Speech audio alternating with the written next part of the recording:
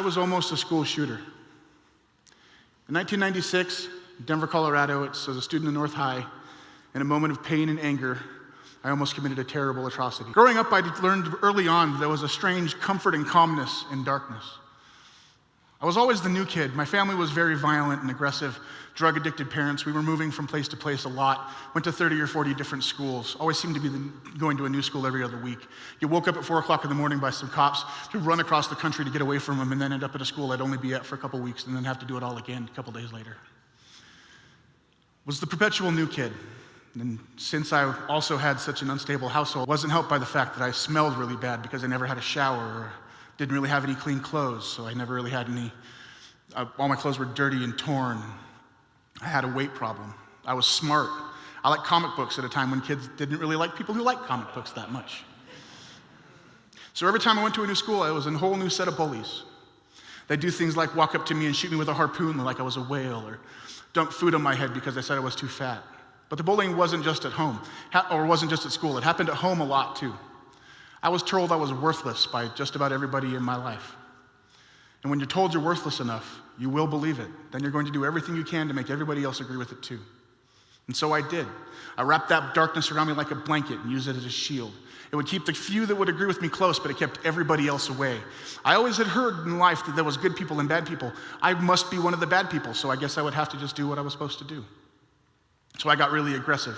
12, 13 years old, I got really into heavy metal music, and I was the mosh pit when I went to concerts. The abuse just never seemed to stop. I got into cutting around 14 or 15 because I figured that there was all this extreme emotion going on in my life I had absolutely no control over. Had to find some way to find control over something, so I took to cutting myself. I still have the scars to this day. 15, 16 years old, I ended up homeless. My parents had long ago kicked me out because I didn't want to deal with their drunken fighting anymore, so I was living on the streets. I had thought I had pushed all my other friends away too, shoved them all away by lying to them or stealing from them or doing everything that my family taught me how to react to everybody, which was the complete wrong way of how to react. But I had no idea. I was just going on what I was taught. Finally, 16 years old, I'm sitting in my best friend's shed, who I thought I had already pushed away too by stealing from him and lying from him, laying in this shed with the roof wide open, rain pouring down on me into a dungy gray chair that was covered in cobwebs and dirt, hadn't been touched in months. And I'm sitting there with my arm covered in blood, knowing that if I didn't do something, I was going to kill myself soon. So I did the only thing I could think of to do. Grabbed a phone book and I called social services. So when I went to social services, sadly, they didn't just bring me in there. They also took my mom in there too, who happened to be one of the largest sources of my pain growing up.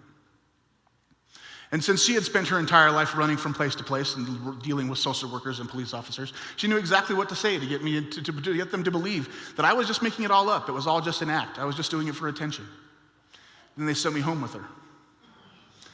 And as they sent me home with her, she turned to me and she said, "Next time you should do a better job and I'll buy you the razor blades." My heart just got ripped out of me at that point completely. That darkness that I've been staring at for so long, I just ran headlong into it. I had nothing left to live for. I literally had nothing to lose. And when you have nothing to lose, you can do anything. And that is a terrifying thought. I decided that my act of doing something was I was going to express my extreme anger and rage by getting a gun. I was going to attack either my school or a mall food court. Really didn't matter to me which one. It wasn't about the people. It was about the largest amount of damage in the shortest amount of time with the least amount of security. Both those places were right targets. So I wish I had a better story about actually getting a gun, but that was actually really rather businesslike. There was some gangbanger kids near my school. It was back in the mid-90s when gangs were still a rather major problem in North Denver schools. And this kid had seen me, he knew me from my family, and he'd sold drugs to them before, and he knew that I wasn't really in school, I was just always at school, so he knew I wasn't a narc or anything like that, but didn't know him anything more than a first name, but that didn't really take anything more than that. I knew that they had access to guns, they talked about it all the time. So I went up to him and said, "Hey, can you get me a gun?" "Sure, get me an ounce." "All right, give me 3 days." That was it. I was waiting to get myself a gun so I could kill a lot of people. But thankfully, I wasn't alone in that darkness. That best friend who had saved me, I was sleeping in his shed, he saw this place that I was in.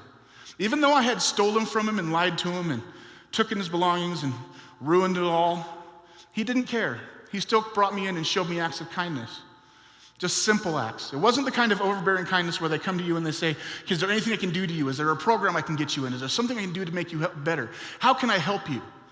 It was literally just sitting down next to me. Hey, would you like a meal? Let's watch a movie. Treat me like it was a Tuesday. Treat me like I was a person. And when someone treats you like you're a person, when you don't even feel like you're human, it'll change your entire world. And it did to me. He stopped me with his acts of kindness from committing that atrocity that day. If you see someone who's in that spot that needs that love, give it to them. Love the ones you feel deserve it the least because they need it the most. It'll help you just like as much as it helps them. We're in a really big, dangerous spot right now with this trend of arming the teachers and looking out for the kids who might be the threat in schools and maybe turning them into the FBI. What's that gonna do to a kid who's in the position that I was in 25 years ago, who's alone and depressed and abused and is just sitting there hurting, and someone thinks that they're a threat? So he gets turned into the FBI, and 1 month of pain turns into a lifetime of legal trouble because one person thought he was gonna be a problem. Instead of looking at that kid like he's a threat, look at him like he might be a friend. Look at him like you might be able to bring him into your fold. Show him that it's just a Tuesday. Show him that he's worth it. Show him that he can exist in this pain, even though it's intense, that at the end of it, there is a light at the end. I found my light. Now I'm a happy family man. I have a father of 4. My wife and my daughter are in the audience today. And even bigger than that, the friend who saved my life, he's in the audience today too. Have to give love to the people who we think deserve it the least. Thank you.